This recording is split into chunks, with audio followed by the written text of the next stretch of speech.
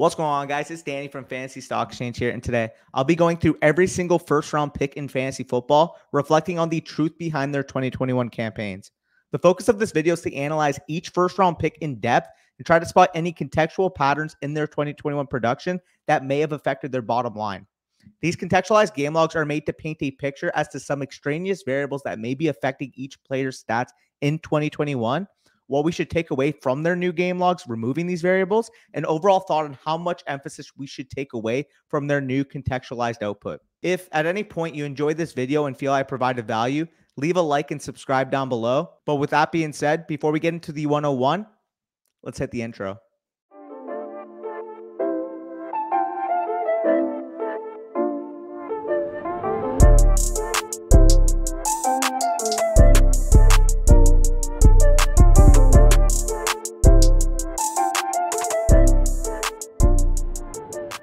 Before I get into the first player, I want to reiterate that this exercise is to be used in conjunction with all the resources you have available rather than be taken at face value. Extraneous variables will always be at hand in fantasy football, so while getting the context of performance without them is valuable in analysis, understand that things will happen in your fantasy season that we cannot predict, particularly when it comes to running back injuries. All ADP data from today's video is pulled from Underdog Fantasy. Promo code FSC for 100% match back on first deposit up to $100, as well as full access to our redraft rankings manifesto, as well as all of the player cards from today's video, covering many more of the relevant fantasy football contributors going into this season, are going to be available over on our Patreon. If you guys are interested, link in the description. But let's kick it off. The number one overall player in ADP, and that is going to be Jonathan Taylor, running back from the Indianapolis Colts. The main thing that we can take away from Jonathan Taylor's 2021 campaign is the bad touchdown luck that he had in weeks 1 to 3. And honestly, what would his stat line look like if he was up to par in weeks 1 to 3 versus what he was able to do for the rest of the season? So for the purpose of this study, you guys can kind of see on the screen right now, but in weeks 1 to 3, Jonathan Taylor did not score a single touchdown despite 13 red zone opportunities and 6 inside the 5 carries. If we subtract that unlucky scoring stretch to start the year, what does Taylor's RB1 season look like? We knew he was a league winner. We know he was a 22 PPR point per game scorer. But if you subtract those first 3 weeks, what does his output actually look like? And you guys can see on the screen, but you see his overall statistical production, his overall output jumped from 22 PPR points per game to over 24 PPR points per game, which would have ranked as the RB2 in points per game this past season, trailing over only the mark from Derrick Henry at 24.2. And you guys can see in these games, average snaps are 73.79%, and he was able to score 18 touchdowns in this stretch. So if you're actually looking at this data and understanding, well, what can I take from this? We knew Jonathan Taylor was good. This just kind of shows that although he had a very good RB1 overall season this past year, the ceiling is still there for him to potentially be a Derrick Henry level. I wouldn't say Christian McCaffrey level because he's at a different level, but Derrick Henry level touchdown score, opportunity, ground game type of guy to put up a monster level season. So the takeaway here is that his path showed his blueprint to repeating as RB1. Once he overcame that inefficient stretch of touchdowns, he was an absolute machine, as I mentioned. So we know Jonathan Taylor's good. Had to reiterate that. Complete lack of success in those first 3 games is absolutely something we should not really take into account when we're going into 2022. But either way, let's move off of Jonathan Taylor. Let's move on to the overall 102 on Underdog Fantasy and Cooper Kupp. And as we know from Cooper Kupp's 2021 campaign, this was the best wide receiver season we have seen.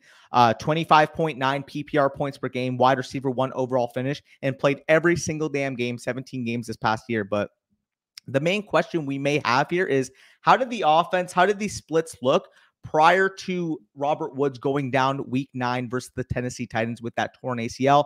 Obviously, the big comparable here is, well, without Robert Woods in the lineup, maybe Cooper Kupp's totals actually got boosted. And with the signing of Allen Robinson, who should play that pseudo Robert Woods number 2 ancillary weapon role, how is Cooper Kupp standing in this offense actually going to be affected? And you guys can see 32.95% target share, 11.3 targets per game, over a touchdown per game, even with Robert Woods on the field. We learned that despite that target competition, despite that added weapon next to him, Cooper Kupp showed in 2021 that the targets earned in this Rams offense funnel through him, prioritize through him before we even worry about the rest of the distribution. So if you guys are worried, oh no, Allen Robinson's there, Allen Robinson's going to, take some of Cooper Kupp's production, don't be, because he averaged 26.9 PPR points per game, wide receiver one average, even with Robert Woods on the field. So you should have absolutely no concerns in that regard to Cooper Kupp when everybody wants to throw around the R-word regression. Cooper Kupp's going to be a stud. Cooper Kupp's going to be a top 5 wide receiver in 2022 at the very least, with a chance of maybe not repeating what he was able to do in 2021, but definitely having a good opportunity at repeating as the wide receiver 1 in fantasy. Let's go on to the 103 on Underdog Fantasy and Christian McCaffrey. And, the narrative here, obviously everybody's going to point to the fact that McCaffrey's injury prone. He got hurt 2 years ago. He got hurt last year. Can we really rely upon this guy? Well, you guys can see he did miss 10 games in 2021 with a hamstring strain and a high ankle sprain. But in the 4 games that he played fully healthy, fully CMC level, we saw CMC level output, CMC level statistical production. And in those 4 games, he averaged 25.85 PPR points per game, which would have ranked as the RB1 overall on the season, despite scoring only 2 touchdowns in that stretch. What you should take away from this is that CMC is my 101. Given the fact that his role on this Panthers offense is about as locked in as any other role, sans maybe Cooper Kupp with the Rams in fantasy football, period. I mean, we're looking at a near 26 PPR point per game score on 2 touchdowns. No other running back in fantasy, period, would be able to provide that level of production, that level of consistency that Christian McCaffrey does with that role he has on that Panthers offense. So undeniable 101 for me. Obviously, his overall season, you're going to look at 18.2 PPR points per game and say, oh, well, RB5, that's all right. He wasn't same level CMC. Take into account that he actually played 3 of those games hurt. So contextualized game log, 25.85 PPR points per game. That is what we are looking for. That is the ceiling we are trying to get when we take and when we select Christian McCaffrey in the top 3 of our drafts this year. The 104 on Underdog Fantasy. Let's go to Justin Jefferson, wide receiver from the Minnesota Vikings. And the main context that I would take away here, the main context that I provided for these game logs was ultimately the ascension of Justin Jefferson that we saw once Clint Kubiak actually called out this offense in week 9. So basically there was a 2-game stretch in weeks 8 and 9 where Justin Jefferson only got 9 targets, and Clint Kubiak was vocal about it. He said, listen, Justin Jefferson is the number 1 threat, the number 1 weapon in this offense. We need to make sure that everything is funneled through Justin Jefferson, and Justin Jefferson needs to be the focal point of our team. And you guys saw, I mean, he still had a phenomenal year despite that. 19.4 PPR points per game, wide receiver 4 PPR point per game pace. But in the games that took place following this call-out, we saw Justin Jefferson ascend to the next level. 33.49 target share, 11 targets per game. And overall, we saw a 22 PPR point per game average, wide receiver 2 overall, only behind Cooper Kupp if he was able to do that throughout the season, as well as a 92.33% target share. Justin Jefferson is a bona fide superstar wide receiver, and going into his 3rd year, we could be looking at the next Davante Adams level stretch of fantasy dominance, given the status, given the talent, given the opportunity that Justin Jefferson has here in Minnesota. So absolutely love Jefferson. And if you have a top 4 pick this year, go bananas, because you're locked into a superstar from a fantasy football perspective. The next name we're going to be talking about, the 105 on Underdog Fantasy, and it's actually Justin Jefferson's LSU teammate back in college, and Jamar Chase, the rookie wide receiver this past year that actually broke all of Justin Jefferson's past records. And the main variable we're looking at here, the main extraneous variable that affected Jamar Chase in 2021 in terms of his production was, how was his production basically affected with the presence of T. Higgins actually in the lineup? And if you guys were watching the Bengals this past year, you would have known that T. Higgins did not play in weeks 3 and 4 with a shoulder injury. So, I mean, taking those 2 games out of the sample size for Jamar Chase, you guys can see overall PPR points per game, he was at 17.9, which would have paced out, or was the wide receiver 5 overall in the 17 games he played. If you take out the 2 games that T. Higgins actually missed, you saw those numbers rise. 18.7 PPR points per game, wide receiver 5 overall pace on a 90.43% snap share. And I mean, the main takeaway here is that Jamar Chase is clearly a player this past year that strived on that big play, that touchdown, that 40-yard, in a cloud of dust type of play that he was so accustomed to this past year. One of the most efficient campaigns we have seen from a receiver, period. 7.9 targets per game and able to produce 18.7 PPR points per game in that stretch is absolutely ludicrous. Again, the big elephant in the room here is going to be that massive week 17 that he put up against the Kansas City Chiefs that probably got a lot of you guys your own championships, got a lot of you guys your own hardware in your home leagues. But that's the type of player Ja'Marr Chase is. I'm not going to, take out a huge game in his sample size because at the end of the day, we know that Ja'Marr Chase is a volatile deep threat that can provide those level of ceiling output games, which is why we love him so much in fantasy football. So when you're looking at Chase and you're wondering, well, is Higgins being there for the whole year going to affect him on a season-long level? Don't be worried. Ja'Marr Chase going into year 2 should not only still have that level of deep threat touchdown ability that he showed as a rookie, but can even dent into that target share that we saw last year. Again, only a 22.48% target share with T. Higgins on the field. We can see year 2 that rise up to a 25-26% mark. And given the efficiency that Ja'Marr Chase has, I wouldn't be shocked if he actually ended up as the wide receiver 1 this upcoming year. He has the talent level and the offensive insulation to be able to take that next step. The next player, the 106 on Underdog Fantasy, is going to be Austin Ekeler, running back from the Los Angeles Chargers. And the main takeaway here is that I'm going to show the games or the splits in games that he was fully healthy in. And as we know with Austin Ekeler's campaign, he actually played a ton of games through injury, particularly here entering week 1 with a hamstring pull, as well as dealing with a pedal strain in his ankle between weeks 14 and 17. In all those 4 games outlined, he actually failed to record 60% or more snaps in each of those games. Once we factor out those games in which, Ekeler played hurt, how close of the gap was it between him and Taylor? Does he actually surpass Taylor? Does he actually become the RB2 in PPR points per game behind only Derrick Henry? Well, you guys will see his PPR point per game total rose from 21.5 per game overall, RB3 overall pace on the season to, if you only take the games that he was deemed, fully healthy, actually rose to 22.775 PPR points per game on only a 69.75% snap share. So what we take away here is that Austin Ekeler recorded nearly 23 PPR points per game and nearly a 70% snap share, as I said, when he was fully healthy.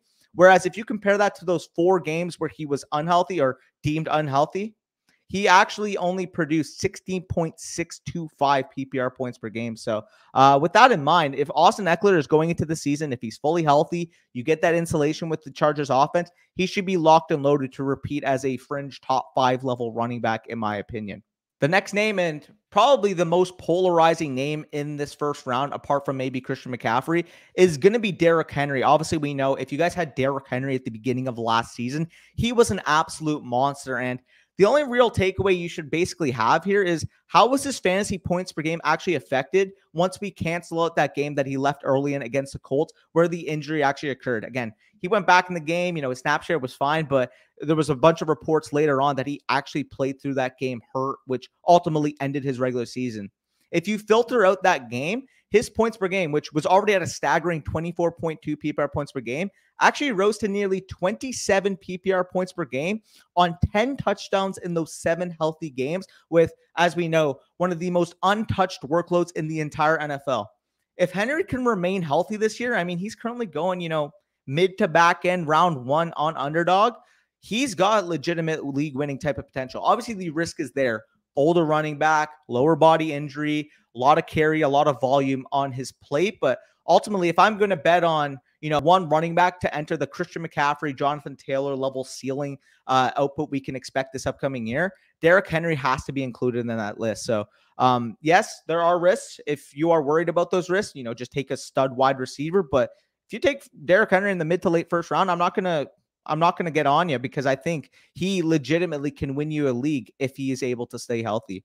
Next name on this list is going to be Stefon DIggs, wide receiver from the Buffalo Bills. And when we look at Stefon Diggs' 2021 campaign, the only real split that we can maybe look into is his production without one of Cole Beasley or Emmanuel Sanders in the lineup. As we know, both Cole Beasley and Emmanuel Sanders will not be returning to the Buffalo Bills in 2022. So as the residing wide receiver 1 snap share leader on this team, how was his production overall kind of affected with the presences or lack thereof of Cole Beasley and Emmanuel Sanders? And you guys can see weeks 15, 16, 17, and 18, they all share the same aspect. one of Cole Beasley or Emmanuel Sanders was not playing in this game.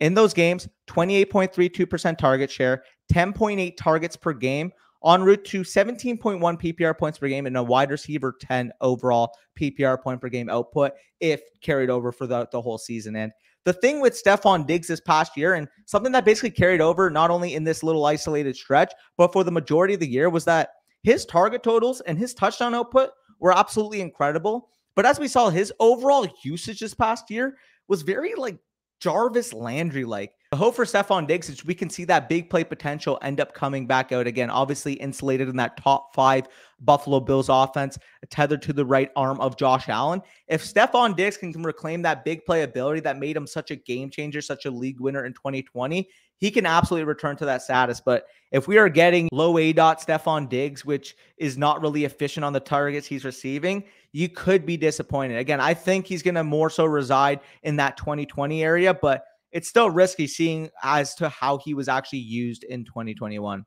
The next player in ADP is actually going to be Pittsburgh Steelers running back Najee Harris. And this is one of the first ones when I dove into his whole season, I didn't really find an apparent stretch or an apparent split or context that I should be taking into consideration when analyzing Najee Harris. He was just a consistent workhorse. Snap share was there. Touch workload was there. Basically, again, he had his blow-up games. He had his weak games. But ultimately here, there isn't really anything there other than weekly variance that you can really point to. Transitioning off of Najee Harris, we go into one that we do have a lot of concerns with, one that has a lot of extraneous variables affecting his data in Dalvin Cook. And as we know with Dalvin Cook in 2021, he dealt with multiple injuries, played in 13 of 17 games. But if you actually look into it, if you actually analyze it even further, he did play hurt or somewhat affected in an extra 4 of those games and was limited with a pedal strain in his ankle between weeks 3 to 5 and a dislocated shoulder and labrum tear at the end of the season. For his contextualized game log, let's just isolate the weeks in which he played 70+% of the snaps to kind of get a good look as to how a fully healthy Dalvin Cook was able to perform in the 2021 season. So his overall PPR points per game, as we know, as we've cited on the channel multiple times, 15.9 PPR points per game, the RB11 from a point per game standpoint in 2021. But if you're only able to isolate the games that we can deem him as being fully healthy, he averaged 19.12 PPR points per game, an RB4 level pace, was able to average a 77.4 snap share in those games. And when we're looking at this data, 19.1 PPR points per game, it's very nice. You'll take that. You'll take RB1 point per game level, but he wouldn't really actually constitute a league winning level season by Pat Kerrane's terms. Combine this with the fact that in these contests for the contextualized game logs, Dalvin averaged nearly 78% of the snaps per game. So painting a full seasonal picture with him at this mark, despite in the past 2 years, 6 games under 70% snaps in 2020 and 7 games under 70% snaps in 2019, I would deem as being a bold assumption. So overall, Dalvin Cook, yes, he was very good in the games that he was able to get, that significant snap share, RB4, which, was very good, but wasn't, Jonathan Taylor, Christian McCaffrey, Derrick Henry level. Being able to bank on Dalvin Cook playing the whole season, 70+% snaps, is a very, very bold statement, is a very, very bold assumption, as I kind of mentioned. But moving off of Dalvin Cook, we'll get on to the final contextualized game log, because obviously the last player, as I'll get into, doesn't actually have a significant pattern that I could pull. Going to the 111 on Underdog is actually going to be Davante Adams, the newly acquired wide receiver for the Las Vegas Raiders. And the contextualized game log I'm going to pull here is in games where Aaron Rodgers started and Davante Adams played his full allotment of snaps. The 2 games that did not meet this criteria were in Week 9 and in Week 18. Week 9 being the fact that Jordan Love started that game against the Kansas City Chiefs with Aaron Rodgers being on the COVID list, and Week 18 being the fact that Davante Adams only played 32% of the snaps when Green Bay basically locked in the number 1 seed in the NFC and wanted to rest their starters. And when we break this down, obviously we know overall season, Davante Adams, 21.5 PPR points per game, wide receiver 2 overall point per game pace, point per game finish. We saw that in the contextualized game logs actually jump from 21.5 PPR points per game to 23, while still ranking as the wide receiver 2 is a big step up for Davante Adams. And in those games, we saw him record over a 30% target share, as well as over 10 targets per game. So obviously, we know with Davante Adams, he is an absolute target hog. 23 PPR points per game, over 30% target share, as I mentioned. That is the absolute Davante Adams staple. And yes, is it going to affect him losing that stable connection with A-Rod and gaining more target competition in Las Vegas? Absolutely, it is going to hurt. But again, I personally draft to win my league. Davante Adams still has ceiling wide receiver 1 overall, easily over 20 PPR points per game in his ceiling range of outcomes. So if he's falling to me at that mid to back end round 1 area and Dalvin Cook's going above Davante Adams, like, yes, I am going to have a boatload of Davante Adams this year. But the final name on this list, the final name going in the first round of underdog fantasy drafts right now is Travise Kelce, tight end from the Kansas City Chiefs. And obviously, the big glaring thing here is, how did he perform last year without Tyreek Hill? Obviously, Tyreek Hill is playing his ball in Miami this year. Was there any stretch where Travise Kelce played without Tyreek Hill this past year? And no, I mean, they played basically every single game, all 16 games that Travise Kelce was healthy in. Tyreek Hill was also out there. And when you actually look at his overall seasonal output for Travise Kelce on a week-to-week basis, like, yeah, you're going to have, spikes. You're going to have down weeks as well. But ultimately with Travise Kelce, there aren't really too many extraneous variables other than the fact that, the Kansas City Chiefs offense was experiencing their hiccups. But realistically, there wasn't any isolated instances of Travise Kelce's production going down because of this. Either way, if you have made it this far in the video, about 25 minutes deep, enjoy this type of content, like down below, subscribe to the channel. Currently on the road to 12,000 subscribers. And of course, if you want to follow this whole series where I basically break down all of the fantasy relevant players at the top of our drafts in terms of what their 2021 seasons actually look like, subscribe to the Patreon down below. $10 plus tier will get you access to all of these player cards available on the Patreon. But either way, appreciate you guys for making this far, and peace out. Enjoy your week.